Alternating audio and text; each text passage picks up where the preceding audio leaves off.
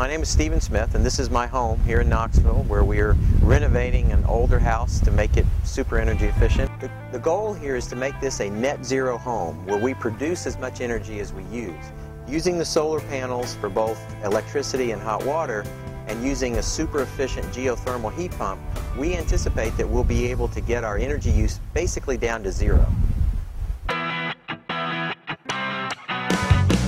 So at our home, we've done 3 different types of solar technologies. We have solar PV, or photovoltaics, which generate electricity.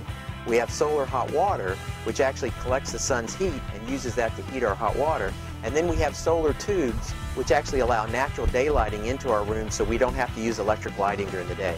And so those 3 technologies at this solar home allow us to basically take full advantage and harvest the full advantage of the sun.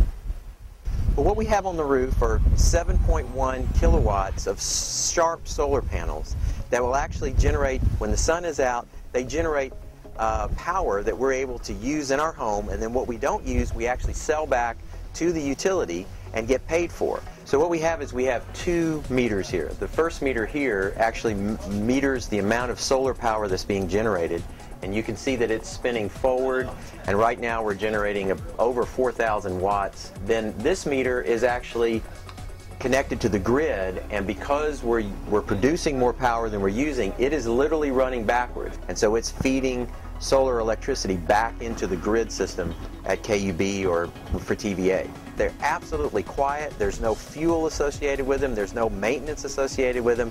You just mount them on your roof, and they basically are there as part of your home to make your house like a little power plant. This is a holding tank for the solar hot water heater. On the roof we have 2 panels that collect the heat from the sun. When the water comes in from the utility, it's about 65 or 70 degrees. It brings the heat from the sun into a heat exchanger in the tank and raises the water temperature.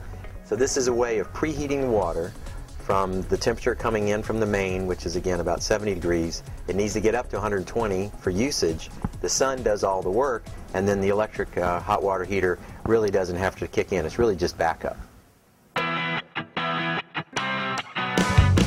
So energy efficiency is always the first thing that you want to do when you're considering a solar system in your home, because you want to make sure that both for the environment and for your pocketbook that you squeeze all the work out of each one of these solar kilowatts that you generate. So what we've done is we've focused in on our appliances, making sure that they're all Energy Star appliances. We've retrofitted our lights with either compact fluorescent light bulbs or LED light bulbs. We've made sure that the home is tight and no leaks. The insulation is good. We've replaced the windows to make sure that they're as energy efficient as possible, and we're working on the geothermal heat pump system to make sure our heating and air system is efficient as possible. And the good news is the price of solar continues to come down.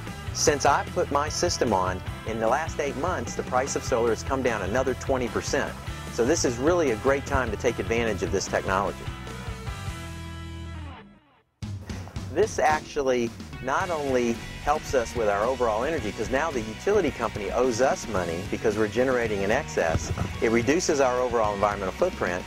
The panels themselves actually help the roof last longer, and we get a great feeling because we know we're doing our part to make the world a better place. So that's a priceless type of thing. So by taking personal responsibility and making the home efficient, using the best technologies available, we basically reduce the overall usage. Everyone should participate in this because everyone's part of the problem and everyone can be part of the solution.